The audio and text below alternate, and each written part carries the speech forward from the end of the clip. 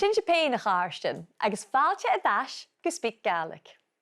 Tá duibh a chréitsin ach cha sin go bhfuil léach slia tar an tréisio. Agus leis go bhfuil, dheibh sin bicin tocail a hiún sgurí féisian, festivals. Féisian, cuspid a frógram. Bí féisian agus féilian a còmhradh chachartasan is amaman sóirichte gin bhliana, agus han didibh cheannach go wacam le bicin cóirle na chos. Diddig féile, fac. Come the end of the fair, leave. Diddig féile, fac. Agus gus díanamh cínteach nach ag síomhse ro diddig a frógram, seo wasat gin ha roin. Clonne sin, mu éisian agus man bhód. Dé a ddifir idir a bhí gael páirt an a fís, seach a bhí gael páirt an a mód. Bí Calum MacIlleathain a guia ar Joe Báinse. Agus dúnsa hí sin bicin me bhuagadan cálach. Joe, neach, a bhfuil sé féimach is cúteach san bí? Cáldar im an drásta ha sé a héad a Gaelic únsachuch agus a ha a tors taigh do imig NicIlle tro chopad ag féisian an Gaelf. Abi NicIlleRuaidh. Fáiltears Abi go SpeakGaelic, nes heis go ré neach ciúla húnad ach mus tíic sin chun sin cúne a bh ui sa Gaelic an doiseach. Ha mi sménihéig na a bhemi mu seann nó seach chaimi go hebcelt son a hiad uair va geg mahir vai cléan an cálin is chait an án mar hiúlach agus bhaich mi gro can an án gro hula dunne brian as a choirsnach agus feit gavrian ar an ástúleid agus charú Gaelic sa bhunscoil nios an árscoil acham so charúisach am J bhaun agus bha mi sménig ganúir sin J hasin ha mi ar son sin júnsaigh. Agus cúne ma ha a háisiú go ceirst. Chanin gro sin an Davíle sa déich na a chaimi go olthaigh glasciú, a mi ar son ceol dhéanú, agus an uair sin raim mi Gaelic mar an trésamh chúspir. Ach bha díra chomá, bha hula dunne an a rain na Gaelic díra chóchosnach agus bha mi ar son còmhradh an sin. Agus nach íongadach gon deachachad chofuriste iad aharacha chun na Gaelic. Bha sé deúrúd a bha sin, bha choirste grum chomór agus sa trésamh líon a rain mi Gaelic mar a fríomh chúspir agam. Agus tí ha a bheit chotarinneacht man na Gaelic. Féimi mé a gré na dúine a bhain an toiseach bha thula duine dír a chósnach go agus cút an ceol agus na seòrsa cóirsnach go ham an chuirsta Gaelic sin an rúd a bheith as cútramíche gása agus inise sé díreach go bhfuil mi go chhlachcha go thula lá na mo bheithe. Agus sé fíor choirsnach a ha acéad an súlta Gaelic. sé cóirsnach fís bheith han bha thula duine cho taigh-staile go bhain a háisich mí nuair nach ró fach go lecham bha mi dhéanú merach gin fat na húine ach bha thula duine dír a chósnach. Agus ha ceirst go leor a bhí déanú verach gin, agus a bhí dúnsach a bhaine sin, nach Ie, ha cútramach go bhfuil dhéanú merach gin. Chanéirút furasta hain ítar gohairí bha mi 8 díag nuair a háisich mí a Gaelic dúntaigh agus gohairí ag an nuair sin. Hair son a bhí ceirst fat na húine agus ha duibh agus ha ísach go bíú dhéanú merach gin ach ha cútramach díreach cúmal áirst, còmhradh, agus me ha cúte cin na gín se gút. Go bhfuil cear, go bhfuil fach go cear, ac ha sin ceircíliúir. Ha sin ula cínsach? Ie, chaníirút cútamach ha sin sé díreach a bhí ó tapalat charúisa mar sin agus cúmal áirst leis an cáirigh, agus chaníil sin furasta sin. Go déireach.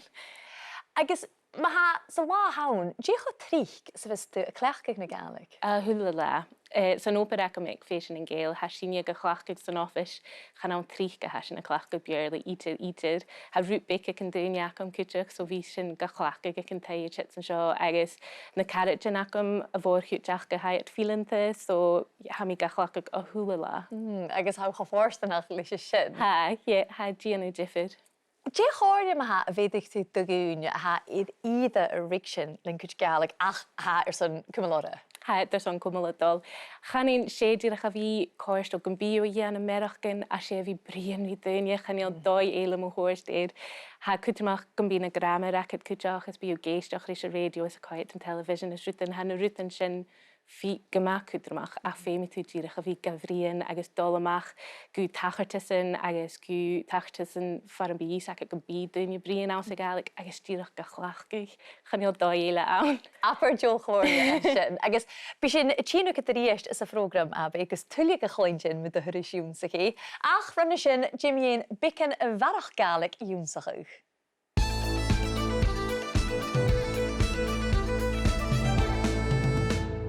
In Seann Ray and Tauri throughout the summer, Ray and Tauri, agus ik am an na nile gin vliana, bi a cur féisian dói.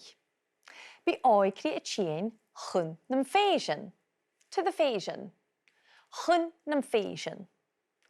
Agus an alwapa nuach, har a chwain across the sea in Nova Scotia, har a chwain Bi Gael sy'n dwy hwyd a cwmwl féisian cwdiach. And the vahishiv gydwg mi immerigin sin idd re, chun agus har. Colloch rys y fôr chwyd dy roirin, prepositions, han y tri sio y gael yn twysio y gynadich, the possessive genitive case. In English, we usually emphasize words by stressing them, but in Gaelic, we use special words or particles to do this. Cudishin cudjum le fachlan le hitch hein, self. Nyo doile ra hein, hein, nyo hein. Nyo mar a chleinishiv acamsa trich ag toshach a program, shin shipain, it's yourselves, shin shipain. Surin cudjumachur le meath, a particle or suffix at the end of a word. Agus bishaf yall the chor seo mar ha. Misha, me, misha. You, usa, usa. Agus them, iatsan, iatsan. Le buagadan shalavach, possessive adjectives or articles, le hitch mo, agus tho. Feutishin na míden a chud rigiddig a nachgil. Femi Anna ma chudjachigse. Anna will have to help me. Femi Anna ma chudjachigse. Agus eisiau bled ila yna sio. Femi Anna da chudjachigse.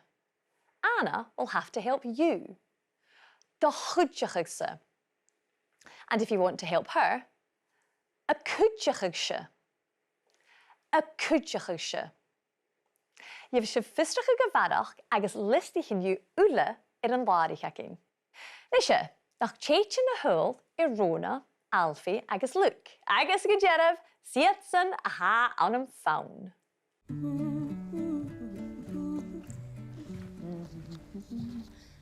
Ach ma, gyfer cwtig yn tolistio. Jez, tog ar un yn horsgwyd. Johietje, dramaruur. Gaan jou kittige hele dunje wie gewoon mee vogal room. Ha meer verren, smeer kleintje, gewille voor goed, je glassig in de feestje ak in laan. Jo, nee. En was je femig het kutje goed zijn bij? Wel, ha is er maar schijn, nachil? Stel hem schijn, agus ha me jolle gedaan in Gaelic. Nu de familie zijn school, use me taar oren is een fapje in de vaag. Ga je me ook wel zeker vaad? Dan gaan we goed ruk een kacht en kulan. Inscha, Alfie. Je het jiffer, het er wie gael paarst aan een feest, zeg wie gael paarst aan een moot. Wel, ik maad bij uw ulichtje er zo'n paarse gaal aan een farpisch. Bekker nu al het aarst uler, we gaan u vrienden, lucht geestjach, agus me wonig is toe, camera en television. Agus feest? We kunnen maar al het aarst uler ik feest kutjach, ach ga wie farpisch aan. Had jo gewoon maar een shin, dat skil een hele lesgig, agus 4 uur joensig. Je beerlijk heen. Rachtig tegen een woordje riest. Gaan je me kindjach? Had haar op het uligie me gaan je. Hey, Rona, zou nou zijn open naar haar usse, naar gaan? Zo, agus mocht je laat. Strieke wil me doen je graag om massa haar en toben. Ik hoor de groeien er zo'n maand naasjente. Oh, gaan je lessen? As the gafo páirst díobh. Chad a gaf? Chad o acam sa leid na raf ami sy'n sgol. Agus seol orstan ishe, a cur SpeakGaelic is dói. Hami a dionaf mo jo yichel, ach, chwrin fe mer otje eiler son classich yn siain. Hanel yn jerf leti fatydd falaf. Ha? Maedd Shane, brosnachel, na kieten je haar oren Gaelic eike edde chenge. Wege ma, kun je geriesje? En aan je gein en let die halen toch zo? Sanje, ach sé a geest. En bi ishe John nog cool chudrish na curain. Seanach. Fa imig seòrsa isiampler de chutjum am sa chorig etter Rona, Alfie agus Luke. Chóla sin Alfie a brian an open. Se gra gan roi a course the ruasan. It was light by them, those who frequent the mud. Ruasan. Who's Luke, Rona. Shall lorstsa. Look at you. Shall lorstsa. Agus chlech Rona I heen na fachgil. Cynnych ag ddieshe. Meet her. Rieshe. Siet the brian me chionach. Jins Alfie gebig essen het dol chunavoj. Gejerva, who's the? Chaimo hokelse. I was raised. Chaimo hokelse ik avod. Vyedig an de hokshiv it kutchums en chamachkel ik Rona. Na gaan guchtse a rookin cap and cullen. Weren't you lucky? Or weren't you born with a silver spoon in your mouth? Na gaan guchtse a rookin cap and cullen. Nach eich sin recrimach na chorig a bhíist. Ach ma gyfer cwtio cyntalistio. Je is tog a líntio na horsgwcht. Johítio, dramarúr. Chanel kette ge hele dunne wie go mi vogal room. Ha meer verren, smeer kleintje gewelle voor goed je glassig in na feestje ak in laan. Jo, neer. En was je femig het kutje goed zijn bij? Wel, ha is er maar shine, nachil? Stel hem Shane, agus ham jol gedaan in Gaelic. Nu de familie zijn school, use me tar oren is een fapje in de voj. Ga je me ook zeker wat? Dan gaan goed ruk een kacht en kulan. Nach gaf sin céimach as a studio inis. Agus sauna ilan big boyach a hog Calum course an tuiris seo. Agus féime mé adjacha gyfil farama dacim dhish. I'm very envious. Na chai sin amach gajé a hafan yoga. Chanel mór an illanin cho enamo brushin ilan seo. Agus ha féil there's a demand for, ha féil stu ha di yenu in seo ans gach cearn gentul. Every corner of the world, gach cearn gentul. Stu vies all like fashion agus féilian an un tehen áste, agus an un dachian ans gach skide. Agus sé an rut sin ha torst clú stu in ilein hánichtje seo ge arrevoran. Vil berchka getast. Nu de ureus mi tro chutsch gin a hennemanatje be isakets en sport. Arst vik, arst na hoe, bo a moor, kilje chummen, sjuk, saun in jire garmen jare hami. Jo oren nem werkeen, horf suul et na vachkwan. Ach, ganaun of rien oren na hanik mi sjo. Gejerve, ganaun. Seo in chillan alap noch an te willen aarvas moe, je hehen stalle. Agus ha uisge-beatha in Ilein animal zijn blas na mánach, the taste of peat, blas na mánach wie var mach na brache, single malt whisky, mach na brache. In tuddese geta, ganneer mi zijn skriepegal chimichel en tehen stalle, saun ha mi het al raunschig a fjogig sjaun glechkien. Oh, Linchef. Ha uisge-beatha wie gemoor na farst je goeter en geel. Ha liste, als een achtler animal ik edgerst dwelly, ha zo nog ik keer dramichen. Ik begoor ik al fuse must be het de lichtje iche se watin. In ver camera ha kan round toch ik. Zijn achtler. Gaan nou aan een gariru. Na gaan? Ai. Thank toch jalaf. Thank goodness. Thank toch jalaf. Ha seòrsa de uisge-beatha achcha in seo a ha seann agus ag an naam. Mar a hiilú am thug sin bí I gcathair. Ha sin siad an Leslie McGeechy a bhí an luib grúteach san Ileán fat bhliainiche. Leslie, can you tell me about this unusual way of making whiskey? Yes, it's something that's fairly new to us. We started doing it in 2017. It is a mix of Islay's first rye whisky. We're currently using 55% Islay-grown rye and 45% Islay-grown barley. I wonder, is it an easy thing to do to just add some rye in? It's really not an easy thing to do. So rye as a grain doesn't work in the same way as barley. So it doesn't break down in the same way during the mashing process. So the Islay barley that we add in to the rye is incredibly important for that conversion of starch to sugar. But I think the best thing we should do is really have a dram so you can try it for yourself. Can we do that now? Absolutely. Clever. We have a little look at colour. Little nose of the smell. Tadhal, Calum. Tadhal.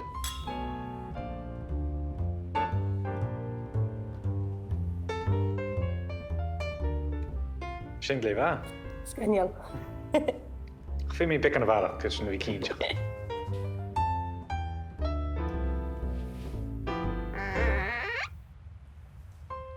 Chaníil mi ach y taring asef.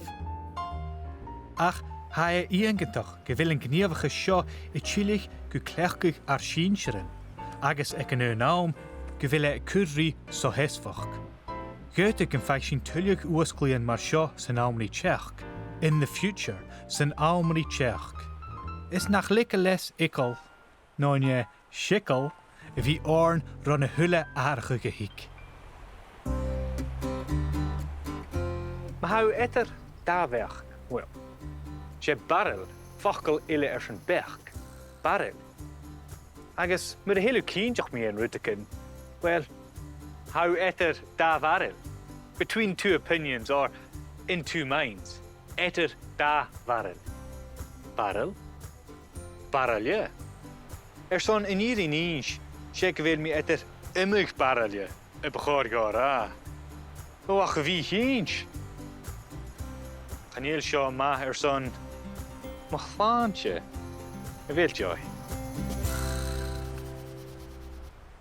Wel, y Calum, sgeintiach gyfel sy'n ulle sy'n nhw'n farel.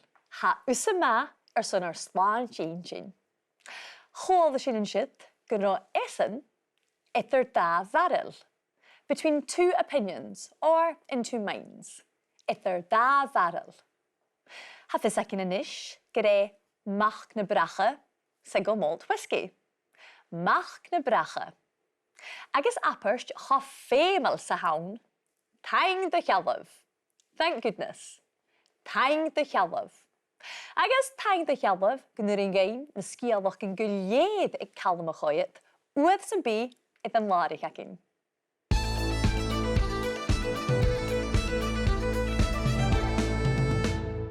Ha mi chotálachte fáilte dáis a chur ar nui, Abi NicIlleRuaidh. Agus Abi thuairste go gwpad ag féisin an Gaelf. Ní sé gain bicin mina sin agus min núpar ac hain cúteach.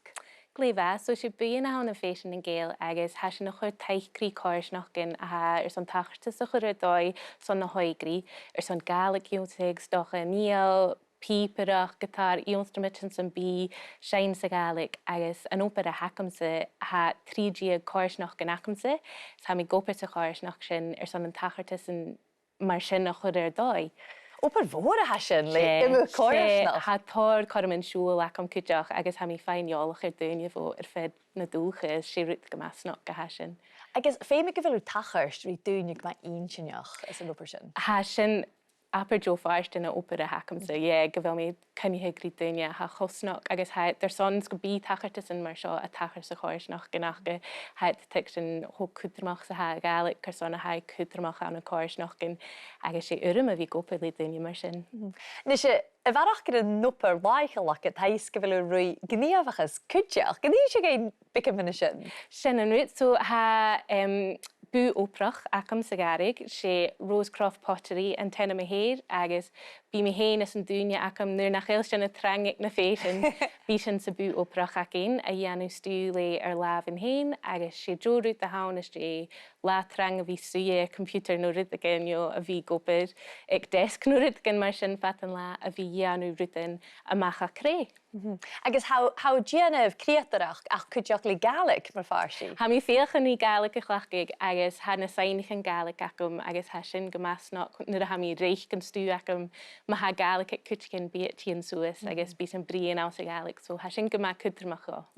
Agus nuair nach ilú goparig féisin an Gael, agus í opar chríotarach, Jenna chuiseach a darile a hacket. Well, ha mi gomat rang leis an opar a chavarach is sin Svítalam a léig, ha mi féchan í léig a hula lá dolamach a coiseach, ha mi gopar an a inarnis agus ha tóir cuairst an gomasnach mó cuairst ar sin agus a cocarach cuiteach nuair a ha corumach am stelum a cocarach cuiteach. Agus heis goró stríp an in your níis, a chaus er a bhí stríp fat na zatcher fallh na sin, nach éil? Sin an rút sa gíplinn bheit mi an Nepal agus roid mi rúbig stríp an sa Himalayas agus bheit sin fír a apar corm a bheit sin a bhí dul hail haris agus cuairstin mar sin na dhéanú. Agus décha difrichte sa bheit sin bhna bhí stríp sa bhna ruúg. Rút big at realite, yeah. Si rút gutúrit a realite haun agus bheit sherpa acin agus bheit sin coiseach son déichlain agus bheit fír bheit hau furach an taim bica an coirsnach agus si rút íontach a bhain. Sé an tícah. Seo chéiste bheits bicúr ar a thula duine ha idirioch SpeakGaelic. A bhfuil fachgol Gaelic nó apperstown is leid agus chursón. Stellam chadian brog an tjum iasgach is gas ha mi ar a bhí brian mi ein cho trang sa ha mi fat na húne agus ha ma a bhí caine hugid vit mar sin ma hauer son vit gan a dhéanú fémi tú díach gréisiáir just go dhéanú. Agus sé rút uamsach imimeí a ha sin ar son dúnsach na Gaelic. Ha sin fír. Well, míle thank Abi from Tían a Huildorn agus gur ma héis leicht leis a thula project sa bhfuú an sas. Tapal Nise, nach tar sinne súl ile ar crymacht na chórig a chunig sin na betraie ar Rona, Luke agus Alfie. Ha Jo chorm an na sin, dos gil an héin a lescach agus fiúniúre dúnsachach. Tí bharrachd, a rachadach an a bháte ríist. Chanil mi cínteach. Ha tar opad ulichí mi channiu. Hai, Rona, saun has an open na ha uise, na chaun? Saun, agus mochte laat. Strícha chuil mi duine grach an massa ha an taban a cód a grúsin ar son mód náisianta. Oh, chanyelism. As te gaf a párs díomh? Chat a gaf. Chat o acam sa leid na a bhami san scáil. Agus seolárstan ise, a chur féis Gaelic is tói. Chami a dhéanamh mo jo díchail, ach, chuirín fé mer oche eilir san clasi chun séin. Chanel an jerif leití fatad fallaf. Stáchan go bhí caineacah feis gur thoiseach an tréisio gon de hachar sin ribúagaran I hiic iad thoiseach iad an inimir. Mar Jo, good or fine. Jo bheach, a good idea. Jo bheach, agus excellent or great. Sar. Sar Gaelf, a worthy or true Gael. Sar Gaelf. A cha fiúin níle ann a chluinnear an an caint láithil, mar next. Yna cheachgin, the following week. Yna cheachgin. Agus an fachgolf, cora, occasional. Cora root, the occasional thing. Cora root. Ferille a chluinnear getriich, jerif, certain or sure. And Jerav root, the very thing. And Jerav root. Húirst Alfie gre Jo chorm, a good opportunity, a bhaunum féis san the skillan a leisachach. It was a good opportunity to hone your skills. Jo chorm. Agus an the hogshiv iddyn napperst, and Jerav leti, the very lady. Ha Jerav an seo a cíalbhachach the very same, or the very one. Seánach chád agus nach ise an Jerav leti. Fa Jaman ma de gras yn caintse sa chorwg, agus ma hasif sy'n ogol hadisiode, yf sif tar sgrifian da chananach idd yn warig acin. Jé chanar sa Gaelic sy'n gums. Haciú da achgolf a frickerst idd gums na björvle. Bamas agus cadan. Chluinir bamas an an luas, ans na herrig, an an uisge-beatha, sy'n ylan sciahanach, agus an an rarsydd, bamas. Ach sé cadan a yw'r an an bynnyfwlfa, uisge-beatha, eidysgau, ilan farau, agus ile, cadan. Gyda sé bamas y fys achge ans na herrig, han y herrig iolboch yr anachgolf cadan. Ach sé uachgar nio carabat y fiol a ha ciolboch y gaibsyn. Agus gan ilan sin ach belwasid gen fiarst dys gwalchain sin a yw'r sa Gaelic. Nach tar sin súl cwt gen na iwnsig sin. Chlech sin na roirin, har, across, har. During, or for the duration of, re, re. Agus, to or towards, chun, chun. Iwnsig sin, med a chwrdd sin meiden rydedig yn nachgil sy'n cwtsim, maar Femi Anna ma chudjachigse. Anna will have to help me. Femi Anna ma chudjachigse. And if you want to help her, it's a cudjachigse. A cudjachigse. Wel a charstin ha sin leach slia tron tresio. Ach, ma bheith sibh háast an faun sy'n tuileadh iwnsaí, yf sibh na programin sy'n tresa idd iPlayer BBC agus le fo-thiotalan idd channel YouTube SpeakGaelic. Agus natjiach nichibh na huddian an ládig acin. Agus ans na pod chrúlian SpeakGaelic agus SpeakGaelic Extra BBC Sounds. Gus yn cynnig sin y ddiest, bian noch gleif.